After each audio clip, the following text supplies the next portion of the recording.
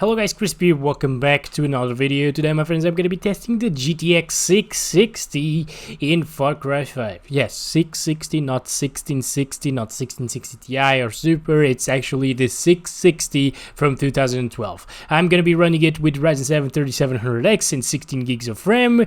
Of course, overkill for the little GTX 660, poor thing, you know, but it'll run pretty much the same with like an i5 2400. Let's check the options menu here. I am gonna be playing this one out at 1080p, 900p and 720p low and medium settings, starting off at 1080p. GeForce GTX 660, as you can see over there, low settings across the board, and I'm gonna be using TAA anti-aliasing because when you turn that off, the jaggies are just insane in this game because there's a ton of foliage and stuff, and when you enable TAA over here, it actually only drops your FPS by 2 or 3 FPS, and it makes things look a lot better. A little bit blurry, but a lot better anyway. Right, you know what, guys? We're here now. I was expecting a little bit better coming from the 660, to be honest, but it seems like we're not going to be testing medium settings after all, okay? So, we're getting, at 1080p low settings, pretty much the same FPS that we got with the GT 1030, which is a shame to see because the 1030 is actually a very weak card compared to this, like raw power wise, you know,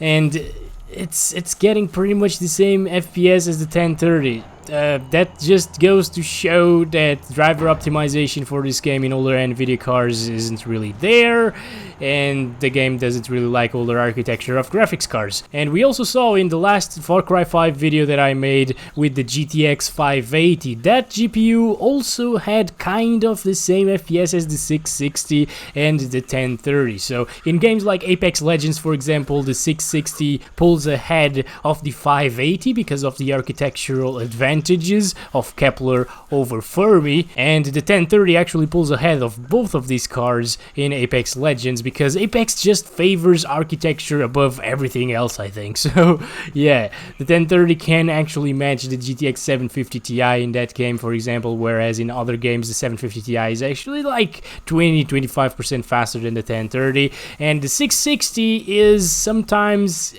the same as the 750 Ti. Sometimes it's a little bit slower, sometimes it's actually faster in games that use older engines such as Fortnite, for example. But here, guys, Far Cry 5 is just running horribly. I think the 1030 actually got a better average FPS here. The 580 as okay, I'm just gonna go. We're not having a conversation, okay? Thank you. Alright guys, so 30 FPS on average here at 1080p, that's pretty much the same as we got last time with the GTX 580 and the GT 1030. I think the 1030 also dropped from 60 FPS quite a lot of times here. What the heck was that, by the way? So it's playable here at 1080p. I don't really recommend it because it's not stable 30 plus FPS all of the time, but you could get away with this. You know, I played, again, I think I mentioned this in all of my Far Cry 5 videos, but I played in the 630M, GT 630M laptop, Far Cry 3 back in the days when it came out in 2012, and I played that at 720p with like 25 to 35 FPS on average, and I played through the game twice. So the game is definitely playable even below 30 FPS, but if you have the option to play at 30 plus FPS, I would take it over the 1080p resolution here, because the game might look really beautiful here on low settings at 1080p, but dropping the resolution to like 900p will make things a lot smoother, and it will still look very, very beautiful. This game is absolutely gorgeous when it comes to visuals. So well guys, I think that's it. 30 FPS on average, 25%,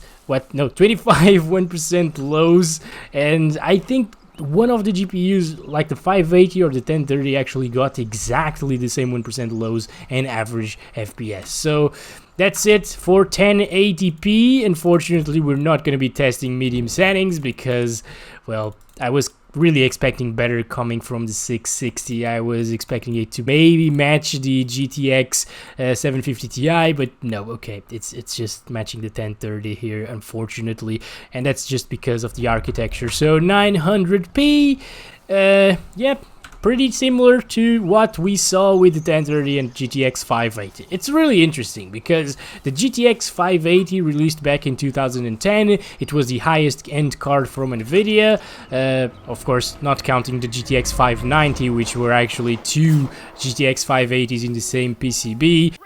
Oh, what?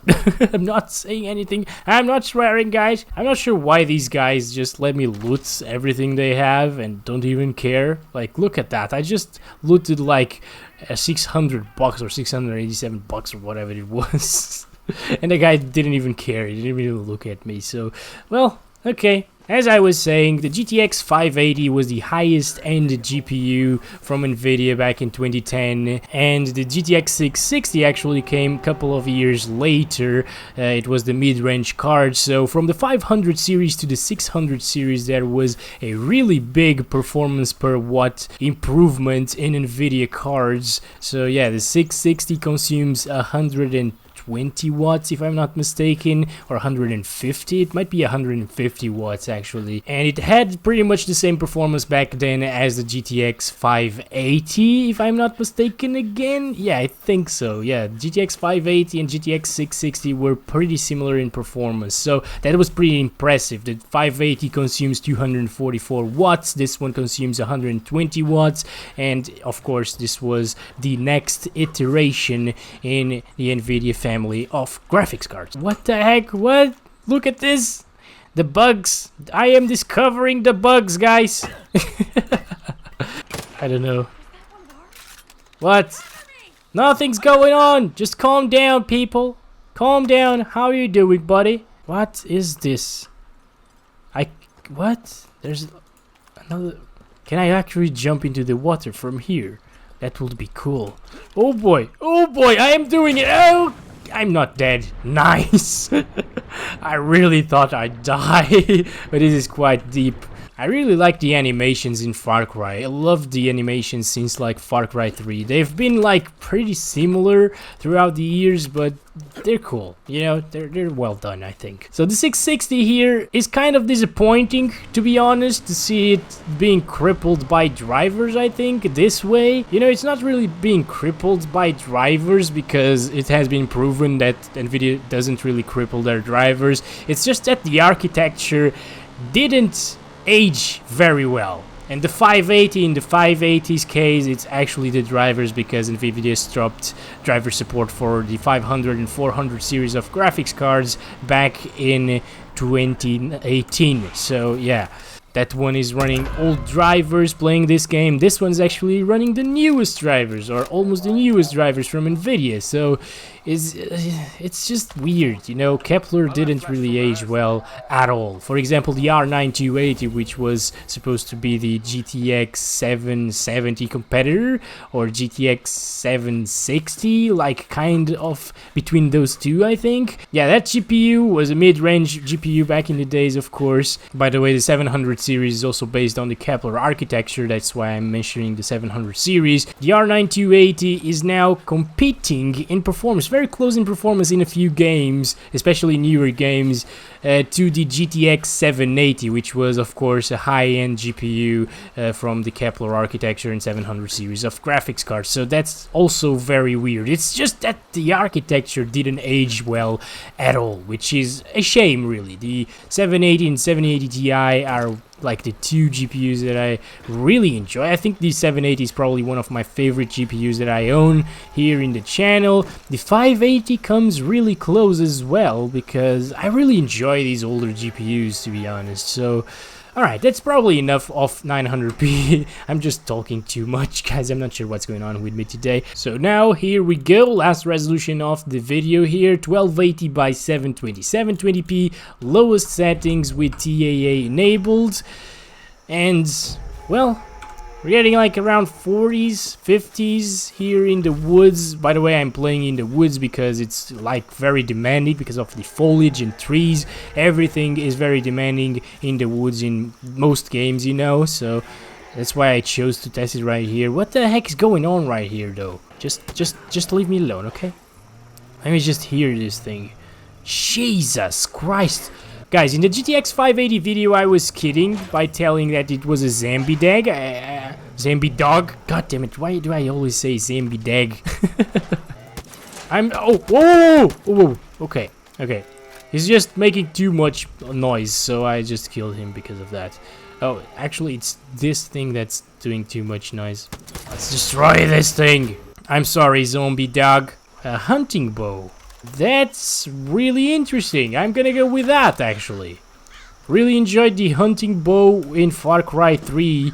And I think, yeah, I think the model is exactly the same as the Far Cry 3 model. I don't remember, I haven't played that game in years. At least, no.